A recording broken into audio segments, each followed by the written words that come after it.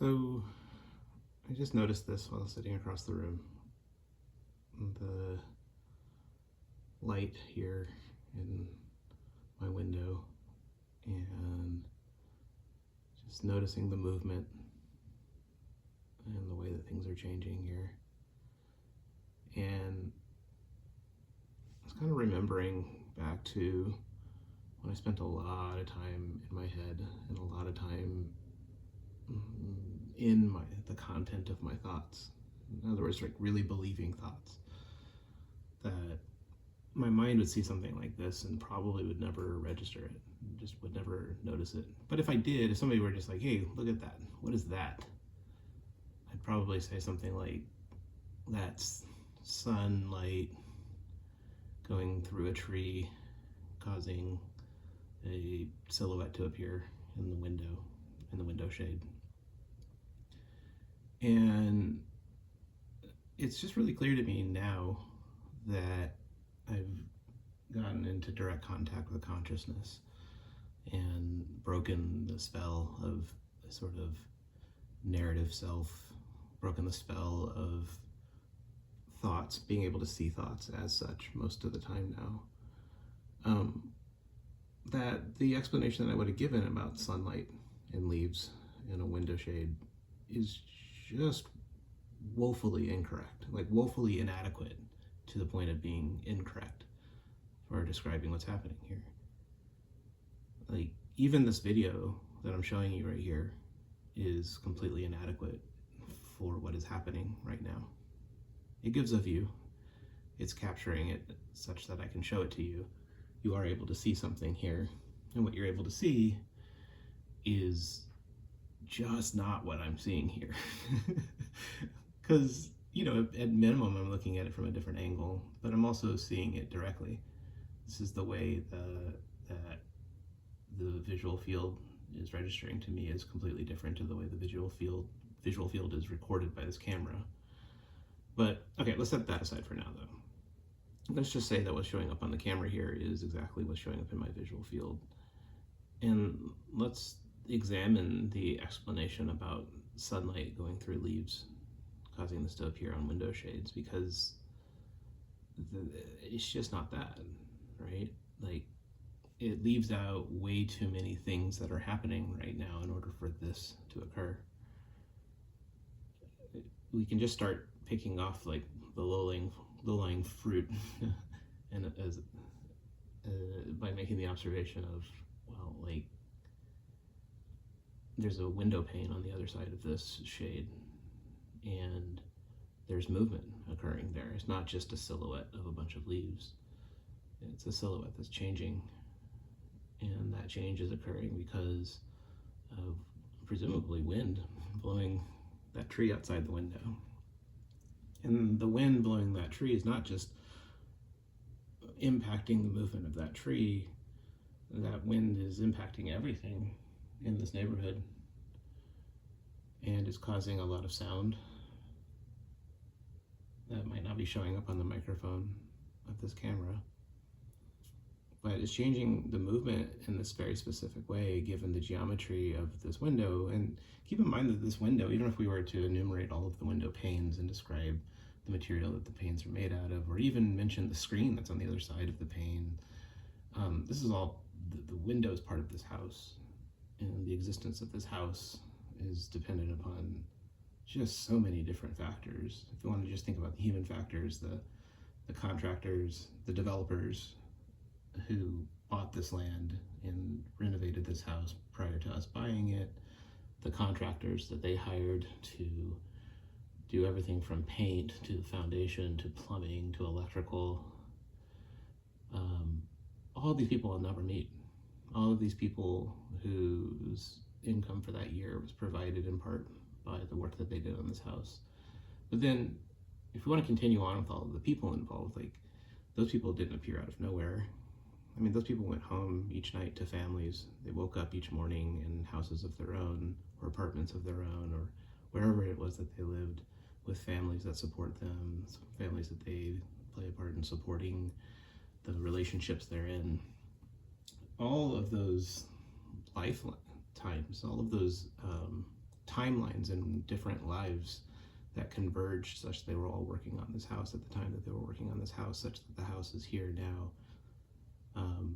There's the decision to buy this house and the fact that there was money available to do that, and the job that provided that money. My partner and I worked together to buy this house. This is our house, and so there's the coming together of our two lives and all of the relationships that supported us along the way to that point. And as I'm saying, it's comical how that's completely inadequate to describe what's going on. First of all, it's only describing like a human aspect of, and I'm using air quotes saying that, like the human side of things, but it's woefully inadequate to describe all of the myriad interactions, all of the ways that people live their lives and the careers that they entered into, and the way that the economy worked such that there was money available, the materials available to build this house, this land being in the possession of a family who lived here on this lot and the neighboring lot. It was a brother and sister, and they had owned this because their parents had bought this. Both bought this land back in the 1940s, and how that stretches back and back and back through human history. And it all converged for me to be standing here looking at this pattern of light dancing here. And I haven't even gotten into the astrophysics involved. The fact that the sun exists. The sun exists as part of a galaxy. That galaxy exists as part of a cluster of galaxies, and all of the structure of the universe and the evolution of the universe that brought the sun to the point where it is, and the leftover debris from the formation of the sun forming this planet. But that's even a model, right? But here it is, we're on the earth, and the earth had to form, and everything on the earth is touching everything on the earth, and everything on the earth that's touching everything on the earth is also touching everything else that's in the solar system, and everything else that's in the galaxy, and everything that's in the universe. And so when you just really stop relying on the model provided by the mind, and you just say, no, I'm not gonna, thank you, mind, for trying to provide a nice, concise, simplified view of this. I appreciate that. You're very good at that, mind. Awesome. But you don't have to settle for it. You don't have to believe it. You don't have to, you can go beyond those model simplifications in each moment of your life and appreciate the fact that the entire universe has come together to provide this experience right here. And there's a way to do that, and it sounds maybe poetic or romantic. It could sound like Hallmark cardish or something like that to some people, or but it's really just that. It's that plus more. It's that plus so much more. The fact that this is the universe coming together to provide this experience right here that's changing all the time, because all of those things that had to come together, all of those conditions that had to line up just perfectly to give this view, all of those conditions are changing. Cycles within cycles within cycles, this lifetimes of human beings nested within the evolution of the entire solar system. The day-night cycles fitted within the cycle of going into work for a worker, which is nested within an entire lifetime. There's the cycles of those people being hungry and eating and being nourished and using that energy and then becoming hungry again. Like everything's cycling through. The tree that is providing some of these shadows because of the sunlight passing through it. It's not just one tree, by the way. There's multiple things out there, and those things have life cycles as well. There was a time when that tree wasn't there. That tree is there right now. It's there in this particular geometric arrangement right now. And so many things had to come together for that to happen. The seed had to fall in the right place. The ground had to be right for that seed to germinate and grow into a tree. All of the things that could have ended that young tree's life had to not happen, whereas all the things that actually nourished it and caused it to flourish and grow did have to happen. The existence of the air, such that, the atmosphere as it is today was set in motion in the formation of the sun. This is the leftover material of the sun's formation, at least according to that model. And if that's true, this stretches back billions of years, cycles within cycles within cycles, all lining up to make this look like it does right here. And it's amazing that the way the mind works is that it just takes a snapshot of this and it says, oh yeah, I've seen that before. I've seen shadows in windows before. I've seen sunlight filtered through shades. Yep. Sunlight through leaves moving a little bit. We've seen that before. Can we do something interesting? Let's do something interesting. Let's think about something about ourselves that we want to fix. Let's think about something in the future that we want to look forward to, because I don't really want to be here in this moment. This is boring. My God, look at this. Really sit with that.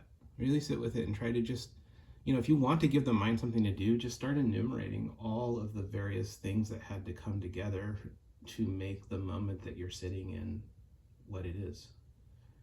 And by the time you're done enumerating just a tiny, tiny, tiny, tiny fraction of all of those things, it will have changed. It'll be completely different. You'll take a look at your visual field again, and it'll be completely different. The sounds that we'll be having will be completely different. The sensations in your body will be completely different. The way that you're sitting will feel different. The breath that you're breathing will feel different. The smells in the room will be completely changed. Even the taste in your mouth will be different. Each moment is brand new. It really is. Each moment is a complete and total surprise when you don't have the mind just putting an overlay of the snapshot of what it saw before, and then it telling you, yeah, I've seen that before. That's a insert model. That's a this, that's a that. We've seen that before. Boring. Boy, I sure am looking forward to what we're going to be doing tonight, because that'll be a lot better than what we're doing right now, says the mind. It's wild. And it's wild how convincing it is. It's so convincing. It's so convincing. Yep, seen that before. That's just a window with light. Slow down. Slow down and look. And if it does feel boring, notice that it's boring.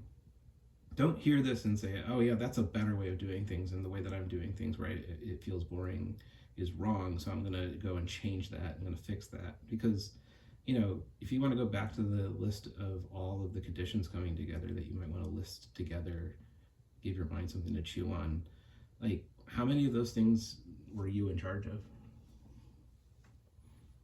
All the people that built the place where you live, did you birth all of them? Did you raise all of them? Are you in a relationship with them? Do you even know what they look like? You have nothing to do with that. I don't even know all of the factors that are going into causing these movements of light on this window, because those shades closed and I can't see what's on the other side. And I'm certainly not controlling anything on the other side, even if I could see it. It's really humbling. And so don't think I have to change this if I'm not really appreciating the moment. Just notice that maybe you're often distracted away from that. Just notice how difficult it is to sit in that moment. If the thought comes up that says I'm bored, notice how convincing that is, and really look into your experience as to why. And if you can't quite see it, notice that you can't quite see what is compelling you to do something other than just sit here and look at it. Just see it. All of the magic starts coming through from clear seeing. That's all you're called to do in all of this. And all of this pursuit of direct consciousness or awakening or kensho or enlightenment or whatever you want to call it, it just really comes down to clear seeing. Look and don't look away. And if you look away, notice that. See that. And if it's hard to see, notice that. All without judgment. Because everything's changing. And you seeing it clearer. You seeing that you're not seeing it clearly. Whatever it is that you notice becomes one of those cycling conditions that are coming together in a moment.